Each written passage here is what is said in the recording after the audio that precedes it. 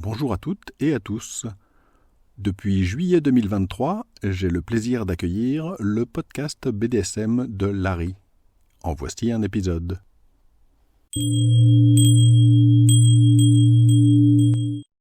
Bonjour et bienvenue sur le podcast BDSM de Larry. Je suis Larry.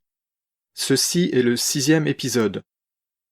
Dans cet épisode, je vais parler du CNC ou Consensual Non-Consent, c'est-à-dire non-consentement consensuel. Ce sujet est un des sujets les plus controversés du BDSM, un de ceux qui sont entourés par le plus grand nombre de tabous et d'incompréhensions.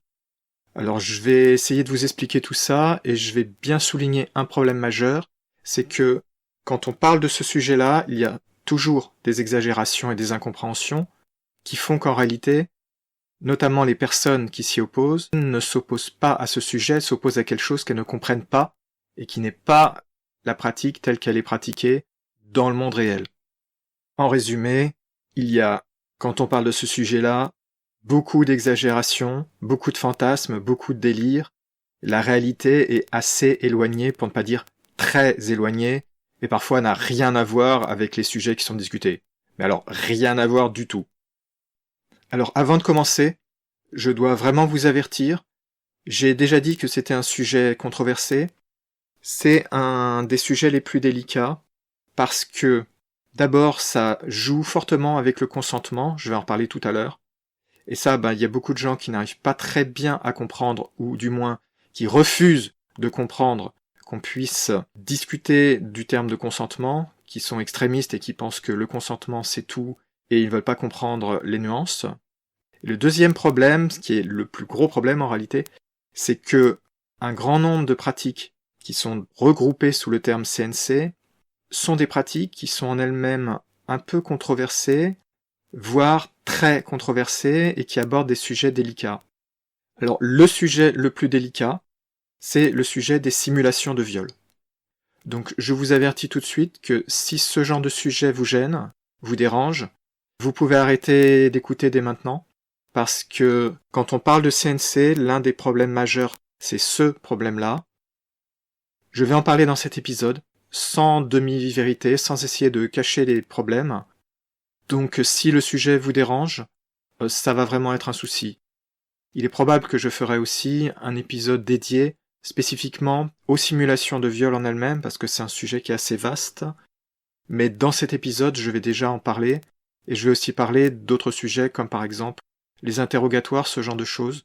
Donc tout ça, ce sont des sujets qui peuvent un peu effrayer ou beaucoup effrayer, voire être jugés comme étant répugnants, ou tout autre jugement négatif de valeur. Évidemment, tous ces jugements négatifs viennent avant tout d'un manque de compréhension du sujet. Première partie, présentation de ce que veut dire CNC. Avant d'entrer dans les détails, évidemment, il faut que je vous précise un petit peu plus ce que c'est que le CNC. Le CNC, c'est un terme anglophone qui veut dire Consensual Non-Consent. En français, on peut le traduire de deux façons, par exemple, le non-consentement consensuel ou éventuellement le non-consentement consenti. Alors évidemment, vous voyez immédiatement qu'il y a un paradoxe dans la définition elle-même. En effet, comment est-ce qu'on peut à la fois parler de consentement et dans la même phrase, dans la même expression, dire que ce consentement il n'est pas consenti? C'est un paradoxe, évidemment, et justement, ce paradoxe, c'est ce sur quoi se base tout le CNC. Alors pourquoi est-ce qu'on parle de consentement non consensuel? Ici, il faut que je vous explique que, en fait, le CNC, ça recouvre un certain nombre de pratiques dans lesquelles on fait semblant de ne pas avoir de consentement. Le mot-clé, c'est semblant. La raison majeure de l'opposition à ces sujets-là, c'est que les gens qui s'opposent à ça, ils ne veulent pas reconnaître, ou ils ignorent volontairement, la différence entre faire semblant et la réalité. Pour essayer de vous donner un point de comparaison, c'est à peu près comme dans les jeux vidéo par exemple, où dans un grand nombre de jeux vidéo, on utilise des armes à feu, ou on conduit des voitures en faisant des cascades complètement folles, on rentre dans d'autres voitures, on a des accidents, etc. Personne de sensé ne confond ça avec la réalité. Dans le cas du CNC, malheureusement, il y a beaucoup de gens qui prennent les choses au premier degré et qui refusent de concevoir que tout ça, en fait, c'est entre guillemets théâtral, c'est-à-dire on fait semblant. Alors j'insiste parce que c'est vraiment un très gros problème. Quand vous voyez toutes les oppositions, elles viennent d'abord du fait que le sujet en lui-même est un peu délicat, de la peur du sexe évidemment, ça a toujours été un problème avec le BDSM, et elles viennent de ce refus de considérer que oui, on peut faire des choses en faisant semblant, et non, c'est pas la réalité, non, il n'y a pas de quoi s'énerver, non, c'est pas un scandale, et il n'y a pas de raison de vouloir l'interdire, c'est ridicule. Je précise aussi une chose qui est assez importante, c'est que le CNC, on en parle beaucoup, mais en réalité, il n'y a pas tant de gens que ça qui en font, en tout cas de façon un peu intense.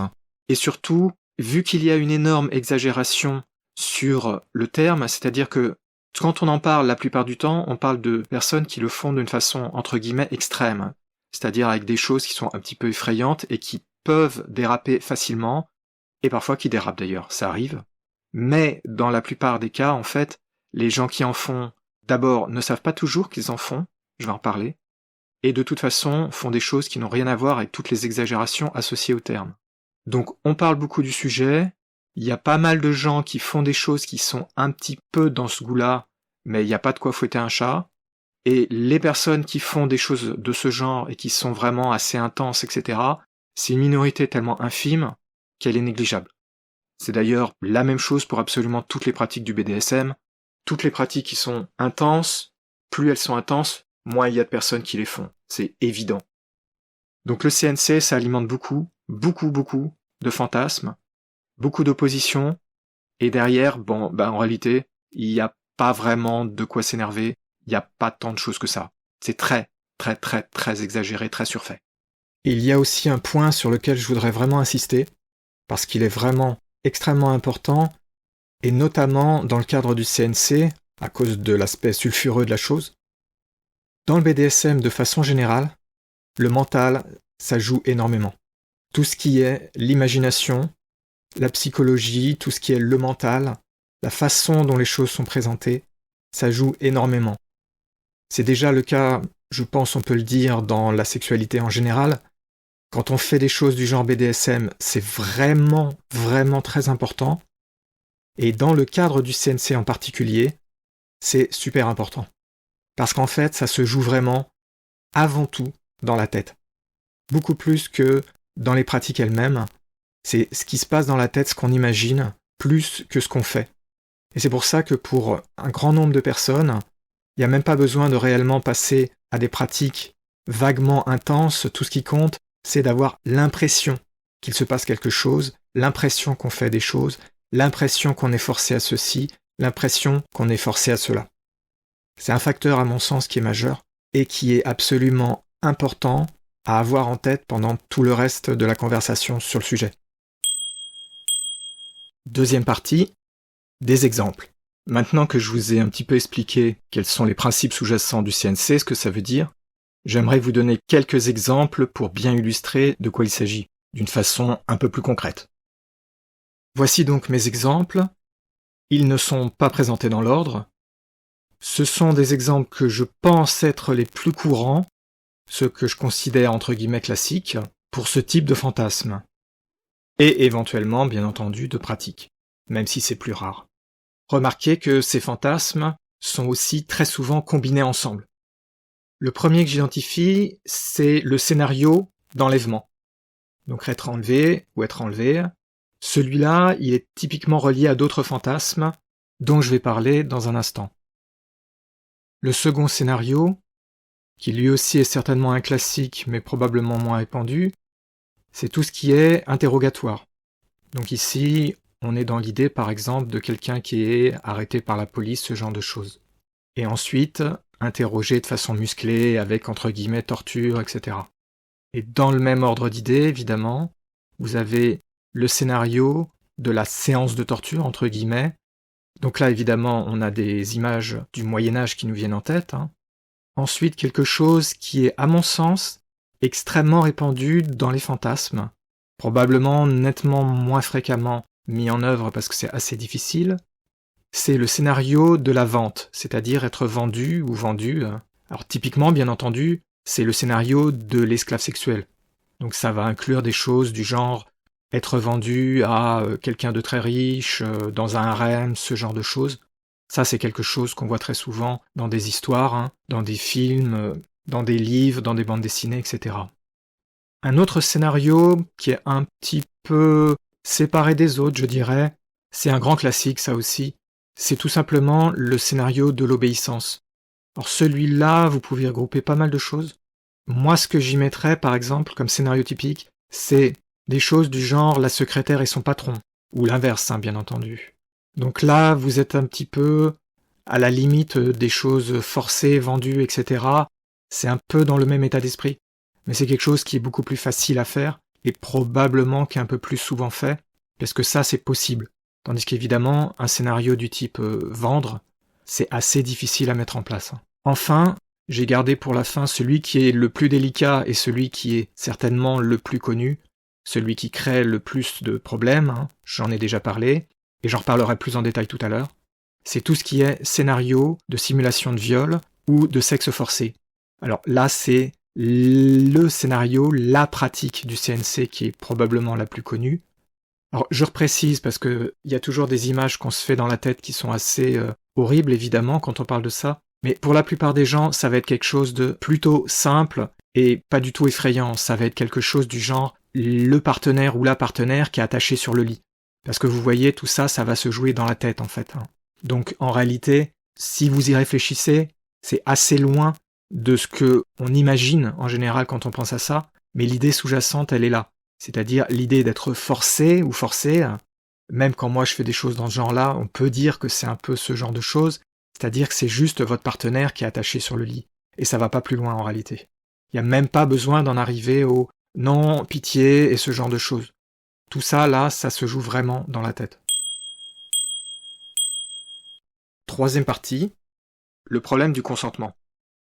Je voudrais revenir sur le consentement parce que c'est le point qui bloque, le point que la plupart des gens ont du mal à comprendre. Je vous ai déjà expliqué donc qu'il y a un paradoxe entre le consentement et le non-consentement. C'est évident que ça ne peut pas aller les deux ensemble a priori. La réalité sous-jacente, c'est on fait semblant. Alors qu'est-ce que ça veut dire exactement ? Quand on fait du BDSM, vous le savez probablement, d'ailleurs c'est vrai pour tout, il n'y a pas que le BDSM évidemment, la notion de consentement, elle est relativement évidente, c'est-à-dire, je vais prendre un exemple exagéré, vous n'allez pas prendre quelqu'un dans la rue, le ou la prendre par l'oreille, l'emmener chez vous et lui dire « bon bah maintenant t'es mon esclave sexuel ». C'est évident, j'ai même pas besoin de détailler ça. Quand vous êtes avec un ou une partenaire, quand vous avez des relations sexuelles en général, et a fortiori des relations du type BDSM, il y a un minimum de consentement qui est impliqué. Alors je sais, c'est pas toujours super clair, c'est pas toujours si évident que ça. Je vais pas entrer dans une énorme discussion sur le sujet, mais grosso modo, la personne avec qui vous avez une relation, elle est d'accord pour avoir une relation, de façon générale. Vous n'allez pas, comme je viens de l'expliquer, prendre quelqu'un dans la rue et puis faire n'importe quoi avec un complet étranger, ou une complète étrangère. Dans le cadre du BDSM, on insiste toujours lourdement sur le consentement. La raison, c'est que le BDSM, c'est tellement mal vu, même de nos jours, ça souffre tellement de tabous, de mythes, de préjugés, d'idées fausses, toxiques, que une des choses qui a été nécessaire pour les gens qui en parlent ouvertement, qui ont fait des écrits, qui ont créé des associations, etc., il leur a fallu insister très lourdement sur le fait que non, ça n'a rien à voir avec la torture, ça n'a rien à voir avec l'inquisition, ça n'a rien à voir avec ce genre de choses. Le BDSM, ce sont des pratiques sexuelles entre personnes qui aiment faire ça entre eux. Ça n'a rien à voir avec se faire emmener dans une prison et être torturé horriblement, évidemment. Donc historiquement, quand les termes de type BDSM sont apparus, et que ce genre de pratiques ont commencé à être discutés en public, il a fallu insister très lourdement sur le fait que c'était consensuel. C'est une des raisons, et même peut-être la raison principale, pour laquelle on entend si souvent le terme consentement qui revient lors des discussions BDSM. J'ai même fait une étude sur Wikipédia pour vérifier ça, et c'était édifiant le nombre d'occurrences de mots du genre consentement dans les articles. C'est le sujet pour lequel vous avez le plus le terme consentement et toutes ses variantes qui sont utilisées. Il n'y a aucun autre terme qui l'utilise autant. Pour essayer de vous donner une petite idée, même si bien entendu le côté scientifique est très faible à ce niveau-là, quand j'ai fait une étude sur Wikipédia, j'ai compté le nombre d'occurrences de termes reliés au consentement. Quand j'ai regardé l'article qui parlait du BDSM, à lui tout seul, il avait autant de mots reliés au consentement que les 3 autres articles que j'ai étudiés, qui étaient le viol, le mariage, l'adultère. En comparaison, des sports comme la boxe ou le MMA, c'est Mixed Martial Arts, ils ont quasiment pas de termes de type consentement dans les articles. Ce qui peut un peu surprendre parce que, vu que ce sont des sports très violents, vous pourriez vous attendre à ce que ce facteur-là soit discuté. Ben non, pas du tout. En fait, on n'en parle quasiment pas. Pourquoi y a-t-il une telle différence avec le BDSM? Ben c'est très simple. Le BDSM, c'est relié à la sexualité. Et tout ce qui est relié à la sexualité est toujours traité différemment. Donc voilà la raison pour laquelle on insiste tellement sur le consentement dans le BDSM. Et pour parler du CNC spécifiquement, donc il faut bien comprendre ça. En apparence, on ne va pas respecter le consentement, c'est-à-dire on va jouer sur la notion d'être forcé ou forcé à faire des choses. Évidemment, vous comprenez à demi-mot que j'allais en arriver aux simulations de viol. Je vais en reparler un petit peu plus en détail tout à l'heure. C'est évident que le sujet en lui-même est choquant, mais il y a une grande différence entre faire semblant parce que votre partenaire vous tient sur le lit en vous tenant les mains, par exemple, les bras contre le lit, et la réalité quand vous vous faites agresser. Ça n'a rien à voir, bien entendu. Donc pour pouvoir avoir des pratiques de ce type-là dans lesquelles on fait semblant donc de ne pas respecter le consentement, on fait semblant, par exemple, de torturer entre guillemets quelqu'un, ou de faire un interrogatoire, qui n'ont rien à voir, je le répète, avec la réalité, on est bien d'accord. Je me répète, mais tout ce que je viens de dire là, faut pas comprendre des choses extrêmes. On parle pas, même si on ignore, entre guillemets, le consentement, c'est-à-dire qu'on fait semblant de l'ignorer, attention. Ça ne veut pas dire qu'on fait des choses extrêmes qui vont ensuite vous laisser avec des marques pendant 6 mois ou qui risquent de vous tuer. Ça devrait être évident, mais je préfère encore le répéter.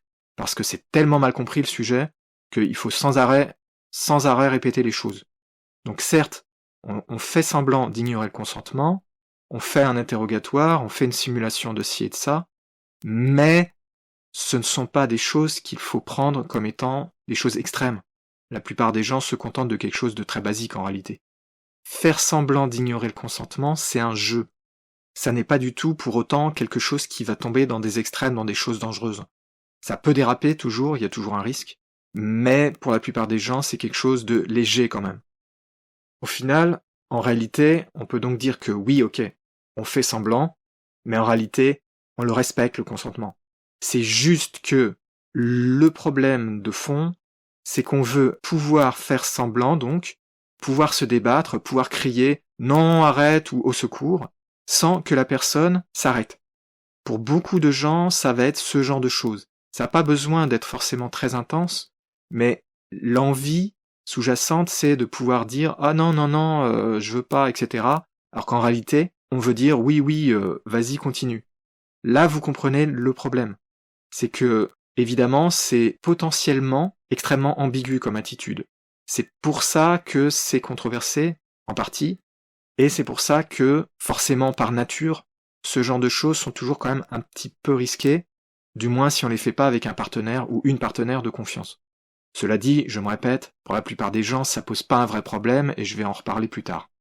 Donc on parle bien de ne pas respecter le consentement, mais en réalité, on le respecte, c'est juste que on ne va pas le respecter de la façon habituelle, c'est-à-dire on ne va pas s'arrêter si la personne qui est soumise à un certain nombre de pratiques de type CNC demande d'arrêter. Pour ça, je vais reparler tout à l'heure des moyens qui permettent de gérer ce genre de choses, parce que vous comprenez bien qu'il faut quand même pouvoir dire oui, mais en fait, je veux arrêter. C'est-à-dire qu'on veut ignorer le non, arrête, etc. Mais on veut quand même pouvoir signaler qu'on veut arrêter. Là, évidemment, ça pose un problème, c'est comment est-ce qu'on fait pour poser des limites, comment est-ce qu'on fait pour dire en fait, je veux vraiment arrêter. Alors pour ça, il y a plusieurs moyens. Le moyen le plus connu, ce sont les mots d'arrêt ou safe words. Je vais en parler tout de suite dans la partie suivante.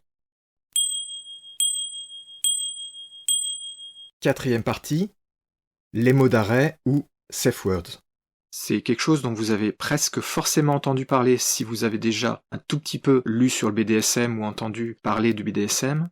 La notion du mot d'arrêt, c'est un mot, ou plusieurs mots d'ailleurs, qui est utilisé pour dire « stop, je veux arrêter », ou à la limite, pas forcément « stop », mais « vas-y moins fort » ou « ralenti ».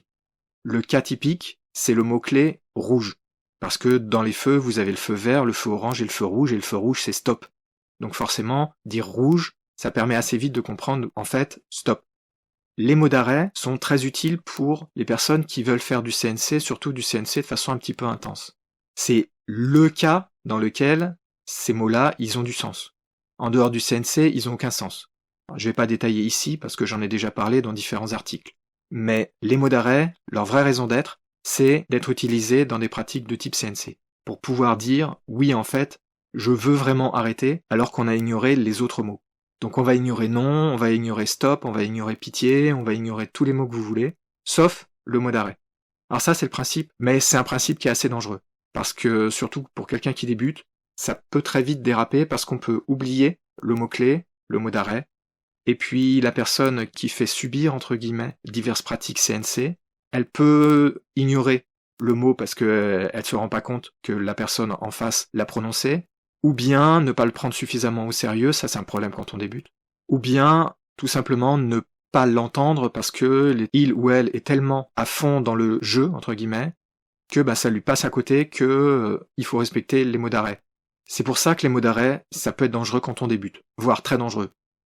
Moi je les utilise avec certains partenaires, mais moi je suis un expert du BDSM, et les partenaires avec qui j'en fais, et avec qui j'utilise ce genre de termes, elles aussi, elles sont des expertes. Je vais pas m'amuser à faire ce genre de choses avec des personnes qui débutent, parce qu'il y a un trop gros risque. Malheureusement, dans le monde du BDSM, on a tendance à vous proposer ça comme étant quelque chose d'évident et de magique, entre guillemets. C'est un peu la panacée, ça permet d'arrêter, etc. Oui, enfin, c'est totalement faux, c'est ça le problème. C'est bien de donner des grands principes, mais quand on regarde la réalité, il y a un risque très fort de malentendus, de gaffes.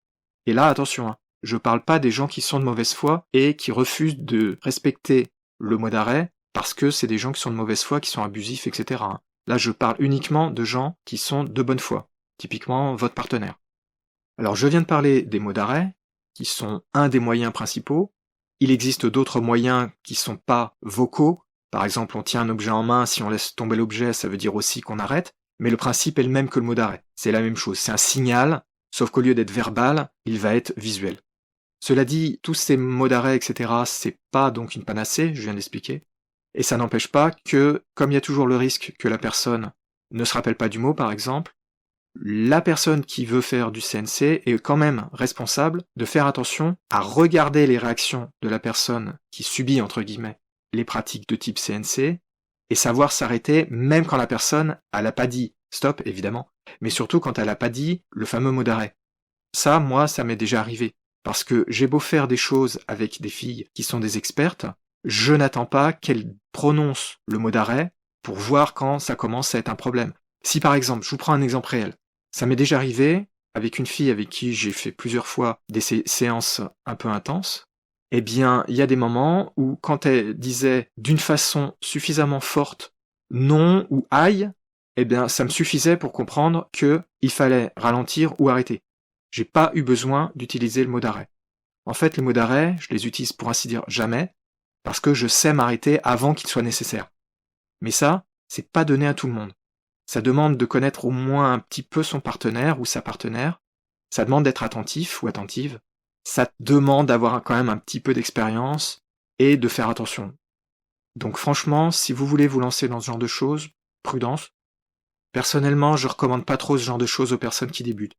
Parce qu'il y a quand même des risques, et le plus gros risque, c'est de s'enthousiasmer, d'aller trop loin. Je sais que je me répète, mais pour la plupart des gens, même faire ce genre de choses, ça reste léger en réalité.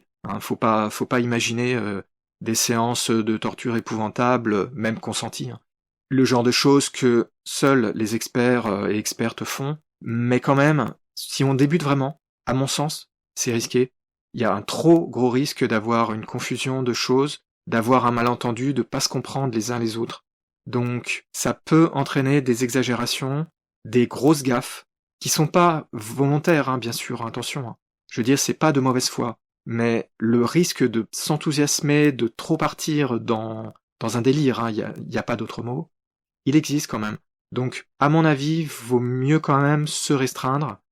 Et de toute façon, il est totalement possible de faire des pratiques qui sont très proches du CNC sans tomber dans des exagérations. Pour vous donner un exemple, hein, j'avais dit que tout se joue dans la tête.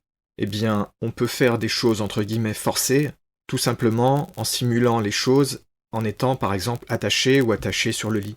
Il n'y a pas besoin de plus de ça, il n'y a pas besoin d'utiliser du CNC vraiment, il n'y a pas besoin d'utiliser des mots d'arrêt, etc. Juste l'idée que « ah là là, je suis attaché, on va me faire des choses », eh ben c'est déjà suffisant en fait.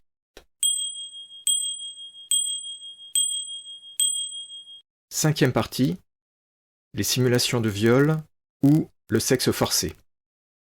Je voudrais maintenant revenir un petit peu sur le plus gros problème du CNC, celui qui est la source de presque toutes les oppositions, je dirais, celui qui fait souvent scandale, à tort, hein.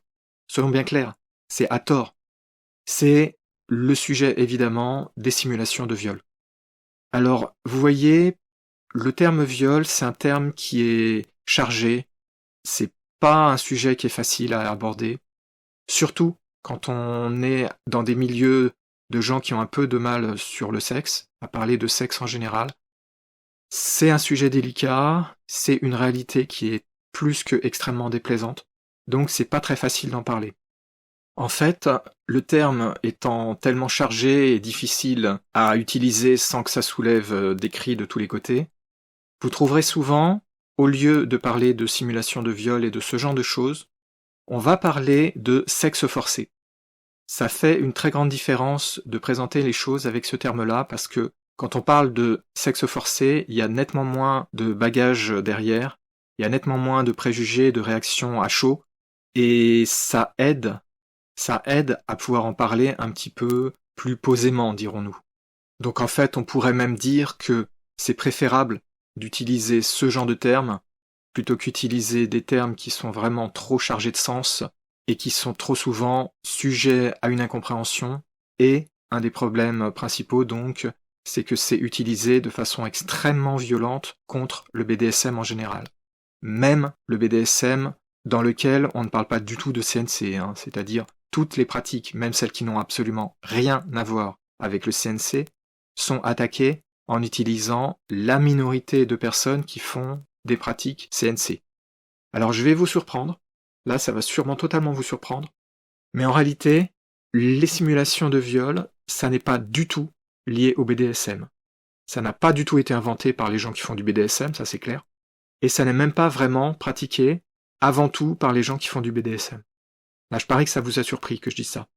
En fait, dans le cas spécifique du sexe forcé, donc, maintenant je vais essayer d'utiliser ce terme-là, eh bien, si on regarde les pratiques sexuelles fantasmées et éventuellement qui sont exécutées, ce genre de fantasme-là fait partie du top des fantasmes chez la plupart des gens.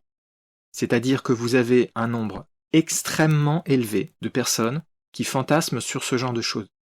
Alors attention, soyons bien clairs.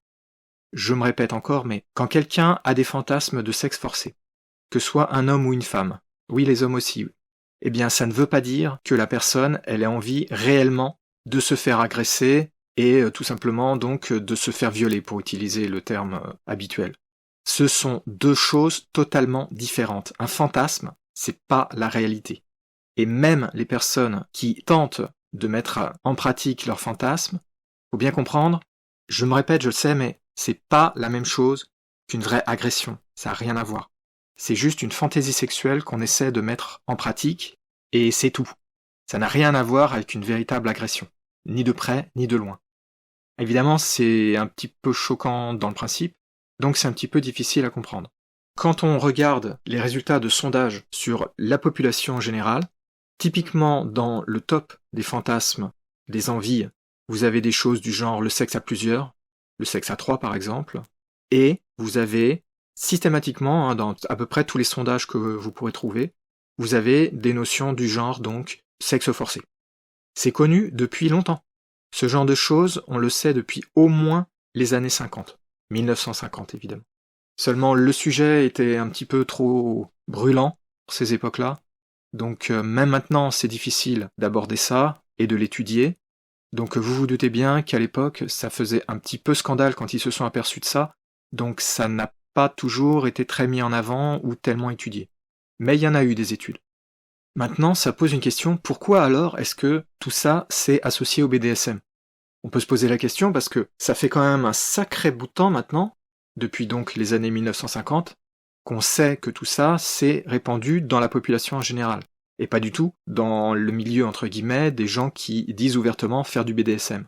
Et ben en fait, à mon avis, je pense que c'est l'explication la plus évidente, c'est que les gens qui font du BDSM, en tout cas ceux qui le discutent ouvertement, qui le disent ouvertement, qui acceptent de parler, sont à peu près les seules personnes qui osent parler de ce genre de choses ouvertement. Et oui, c'est tout simplement ça, à mon sens, la raison. C'est-à-dire, on parle déjà, quand on parle de BDSM, de plein de sujets qui sont controversés, qui sont souvent mal compris, parfois tabous, parfois, dans les cas les plus intenses, ça tombe dans des extrêmes. Donc ça a du sens que des sujets controversés comme le sexe forcé, donc les simulations de viol, soient discutés ouvertement sur, par exemple, des forums BDSM. Si vous regardez d'autres types de forums, vous aurez beaucoup moins souvent des discussions sur des sujets qui sont vraiment très délicats comme ça. Et si jamais ces sujets-là sont abordés, sur des forums un peu généraux par exemple, même des forums de sexualité, vous avez une forte chance d'avoir immédiatement des réactions épidermiques hyper violentes. Même dans les forums de type BDSM, c'est-à-dire les forums de sites sociaux BDSM comme le site FetLife par exemple, quand le sujet est abordé, il y a des gens qui s'excitent dessus et qui font des attaques violentes. J'ai déjà lu des choses qui étaient totalement surprenantes d'ignorance et d'intolérance. Et pourtant, le vocabulaire utilisé était déjà un vocabulaire assez éloigné de la réalité, c'est-à-dire on voyait bien qu'on parlait de fantasmes ou de pratiques qui sont en réalité consenties, même si on prétend que ça l'est pas. Et malgré ça, vous aviez des vrais délires. Vous aviez des accusations contre les hommes qui étaient hyper violentes. Vous aviez des « c'est le fantasme du patriarcat, blablabla ». Non, ça n'a rien à voir avec ça.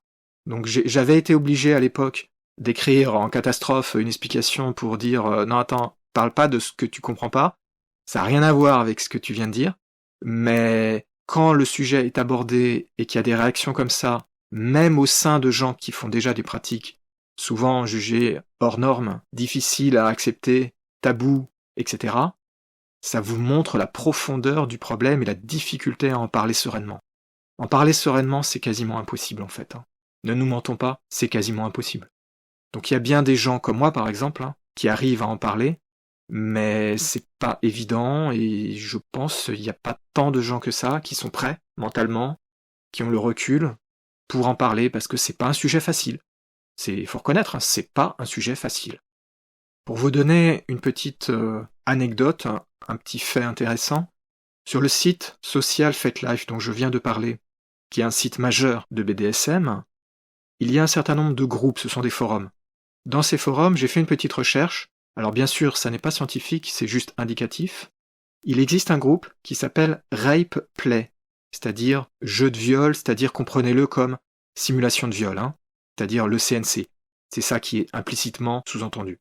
Ce groupe est un gros groupe, il regroupe 68 752 personnes à la date où j'avais regardé, qui est en 2021. Et ce groupe, la partie vraiment intéressante, c'est que c'est le 113e groupe qui a été créé depuis la création du site FetLife. Le 113e.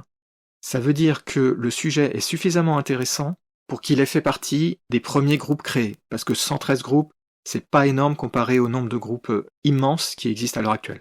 Ça montre bien qu'il y a un intérêt pour ça. Alors après, j'ai bien dit un intérêt. Parce qu'il faut bien distinguer le fantasme, la fantaisie, la fiction, de la réalité. Évidemment, il y a beaucoup de gens qui fantasment dessus, mais qui passeront jamais à la pratique, parce qu'un fantasme, c'est pas nécessaire de passer à la pratique. Et puis de toute façon, je l'avais déjà dit, mais il y a beaucoup d'exagération. La réalité, elle, est généralement beaucoup plus calme, entre guillemets, que ce qu'on imagine, avec des extrêmes dans tous les sens.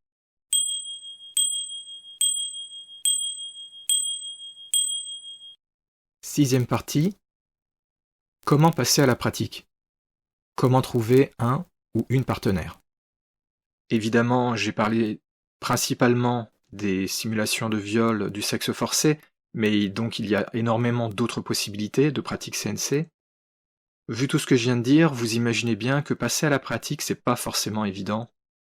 C'est pas aisé de trouver un ou une partenaire, et même si vous êtes en couple, c'est pas forcément aisé d'en parler, et encore moins de passer à la pratique. Alors j'ai pas vraiment besoin de vous dire, parce que vous vous en doutez, que en parler, c'est assez risqué, parce qu'il y a tellement de préjugés, d'idées reçues, etc., que si vous abordez le sujet avec quelqu'un que vous connaissez pas, c'est risqué, mais si vous l'abordez dans votre couple, là c'est carrément risqué. Ça fait partie des choses sur lesquelles moi je dirais, si vous n'êtes pas déjà dans une relation de type BDSM ou au strict minimum, qui est très ouverte sur la sexualité, c'est-à-dire avec un vrai dialogue, chose qui n'est pas si fréquente que ça malheureusement, à mon sens, aborder le sujet est extrêmement délicat, bien sûr, et surtout extrêmement dangereux pour votre couple. Parce que le risque que ce soit mal pris, mal interprété, qu'on pense de vous que vous êtes cinglé ou cinglé, que vous êtes perverse et tout ce genre de choses, il est vraiment élevé. Et ça, vous en doutiez bien, mais ça va mieux en le redisant. Ce sont des sujets qui sont difficiles à aborder. Si vous débutez, je l'ai déjà dit, soyez vraiment prudent ou prudente. Et surtout, faites très attention à une chose, c'est si vous avez ce genre d'envie, méfiez-vous des personnes que vous allez rencontrer, parce qu'il y a plusieurs risques. Le premier risque, qui est le plus gros, celui qu'on sous-estime toujours, c'est le risque d'avoir un malentendu avec une personne de bonne foi. C'est-à-dire quelqu'un qui est pas assez capable de contrôler son caractère et ses actions, ce qui est assez fréquent malheureusement. Vous avez des gens qui ont un petit peu de mal à comprendre la différence entre le fantasme et la réalité et qui vont donc tendre à exagérer. Et évidemment, c'est dans ces personnes-là que vous avez le risque d'avoir quelqu'un qui va pas s'arrêter parce que il ou elle ne comprend pas la limite entre la réalité et la fiction et le fantasme. Et le deuxième problème que vous pouvez vraiment rencontrer, c'est de croiser des gens dans des forums de rencontres, des sites de rencontres, ou même en réel, dans des réunions publiques BDSM par exemple. Et là, il faut vraiment se méfier parce que, à mon sens, il faut se méfier de ne pas faire ce genre de choses avec des gens que vous connaissez pas encore, des gens que vous ne connaissez pas suffisamment bien. Vous n'êtes pas forcément obligé d'être en couple, mais il faut au moins, à mon sens, faut être raisonnable, faut au moins avoir déjà eu des expériences avec une personne pour juger si il ou elle, j'insiste bien, soyons clairs, il n'y a pas que les hommes qui font ce genre de choses, il y a aussi les femmes. Et vous pouvez trouver des gens qui sont déraisonnables chez les hommes et chez les femmes. Ça, je peux vous dire qu'il y a des exemples. C'est pas dur d'en trouver. Donc il faut avoir une mise en confiance avec une personne pour savoir si il ou elle sera capable de rester raisonnable et de pas déborder, de pas dépasser les limites. Avec mon site, évidemment, je reçois, vous vous en doutez, des questions, des témoignages. Parmi les témoignages que j'ai reçus, il y en a certains qui sont un peu effrayants. Certains de ceux qui m'ont le plus stupéfait, c'était les témoignages de jeunes femmes qui, s'étant inscrites dans des forums de rencontres, se voient immédiatement proposer par de complets inconnus, donc là des hommes, de faire directement du CNC. Je sais pas si vous comprenez à quel point c'est un signe d'alerte majeur, mais ça, moi, on me ferait le coup, je pars en courant. Et je suis super sérieux, je me barre en courant. Parce que personne de normal, personne de sensé ne va proposer des choses comme ça à quelqu'un de complètement inconnu, dont on n'a aucune idée de si il ou elle sera capable de faire ce genre de choses. Et puis, du point de vue donc des jeunes femmes qui avaient été contactées comme ça, il faudrait être complètement inconsciente pour accepter. Je veux dire que la probabilité que derrière vous ayez quelqu'un soit de totalement fantasmeur et qui se rend pas compte du tout des réalités et donc qui peut devenir dangereux, même si c'est pas vraiment volontaire, disons, est vraiment très élevée. Et ensuite, évidemment, je devrais même pas avoir besoin de le dire, mais c'est parce que c'est une évidence. Vous avez un risque très fort que là, on est face à des vrais prédateurs. Le terme prédateur, il est un tout petit peu trop utilisé dans le BDSM, c'est très exagéré. Ça existe, mais c'est une infime minorité, même s'ils font des dommages absolument effrayants. Mais là, on est dans un cas où il y a une forte chance que ce genre de personnes étaient des prédateurs. Il y a une petite possibilité que c'était juste des fantasmeurs, mais personne de normal ne voudrait prendre un tel risque, je veux dire. C'est complètement fou. C'est incroyable que des gens se comportent comme ça. Ça dépasse mon entendement. Donc si vous voulez faire ce genre de choses, allez-y mollo, faites avec quelqu'un que vous connaissez déjà. Ne vous laissez pas avoir par les fantasmes, c'est-à-dire les exagérations. Gardez bien à l'esprit que tout ça, ça doit rester quelque chose qui est entre guillemets un jeu, c'est-à-dire on n'est pas dans la réalité, bien sûr. Je sais bien que c'est évident. Et sinon, si vous n'arrivez pas à trouver, c'est pas forcément un problème majeur, parce que dites-vous bien que avant de vous lancer là-dedans, vaut mieux avoir déjà eu des bonnes relations BDSM. Et je sais bien que c'est tentant parce que c'est un grand fantasme, mais quand même, il y a un risque. Donc, tant que vous n'avez pas une bonne confiance en vous, une bonne confiance en votre partenaire, c'est probablement pas très raisonnable de vouloir se lancer dans ce genre de choses. Même si, je me répète, la plupart des gens ne font pas en réalité des choses vraiment extrêmes. C'est juste on fait semblant en attachant son partenaire ou sa partenaire sur le lit. Ça va pas au-delà de ça pour la plupart des gens. Même moi, quand j'en fais, en réalité c'est ça. C'est-à-dire j'attache une copine sur le lit et puis je fais semblant de la torturer entre guillemets, mais on sait bien que c'est un jeu, ça n'a rien à voir avec la réalité. En dehors de ça, donc il faut vraiment garder une certaine prudence parce que vous risquez vraiment de briser votre couple parce qu'il y aura une incompréhension sur ce que vous voulez faire, c'est-à-dire un problème de dialogue et c'est pas évident à résoudre. Donc une certaine prudence. Je dis pas qu'il faille absolument pas le faire, il suffit d'être raisonnable, mais méfiez-vous et oubliez pas qu'on peut très facilement casser son couple en voulant parler de ce genre de choses sans prendre vraiment des bonnes précautions.